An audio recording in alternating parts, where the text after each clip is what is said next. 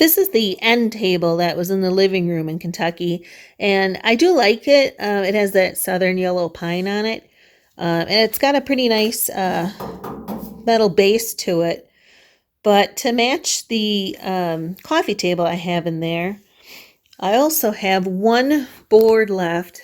Remember, this door was on that old garbage shed, and it had three sections. It had three boards on it, and we cut down the to two boards, but it's still solid.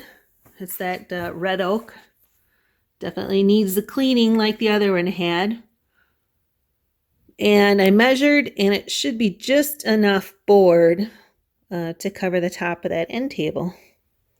So I think I'm going to use this to replace those other boards, and then it'll be a matching living room set. And I can reuse this other gorgeous piece of wood yet.